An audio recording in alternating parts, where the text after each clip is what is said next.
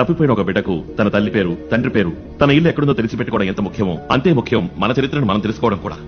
మనం చరిత్రని మర్చిపోయినందువల్లే శాస్త్ర విజ్ఞానాన్ని కూడా మర్చిపోయాం. మన శౌర్యం, పౌరుషం మనకి తెలియకూడదని మనల్ని పాలించిన వారు కుయుక్తితో దాన్ని మరుగుపరిచారు. మత మార్పిడి, జాతి మార్పిడి, భాష మార్పిడి చేసి మన జాతి ఘనతని తుడిచివేశారు. భోగి మంటల్లో పాత వస్తువుల్ని కాల్చేయాలంటూ అమూల్యమైన తాళపత్ర గ్రంథాల్ని కాల్చేలా చేశారు. అంతకంటే ఘోరమైన పని మన పూర్వీకులు మన కోసం పొందుపరిచిన వేలాది అపూర్వమైన మహాగ్రంథాలున్న శ్రీలంకన్ యాల్పాడం లైబ్రరీని పూర్తిగా కాల్చి బూడిచ్చేశారు. మన చరిత్రను తెలుసుకుని అది తెలియని వాళ్ళకి తెలియజెప్పండి.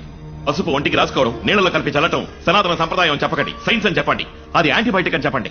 అది చెప్పడం వల్లే పసుపు పట్టలేని దేశాలు దాన్ని కనిపెట్టి ఈ రోజు దానికి పేటెంట్ రైట్స్ తీసుకున్నాయి. ఇంట్లోకి క్రిమికీటకాలు రాకుండా ఉండడానికి వాకిట్లో కళ్ళాపు జల్లి ముగ్గు వేస్తున్నామని చెప్పండి.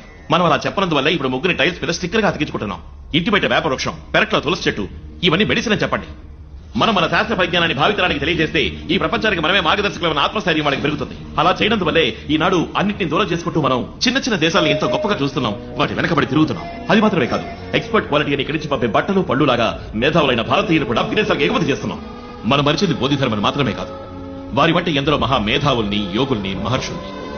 వాళ్ళందరూ మన డిఎన్ఏలో ఇంకా ప్రాణాలతో జీవిస్తూనే ఉన్నారు, మనందరి రక్తంలోనూ ఉన్నారు. వాళ్ళని పరిశోధనలతోనూ బయటికి తీసుకురావక్కర్లేదు, మన ప్రయత్నంతోనూ బయటికి తీసుకురావచ్చు.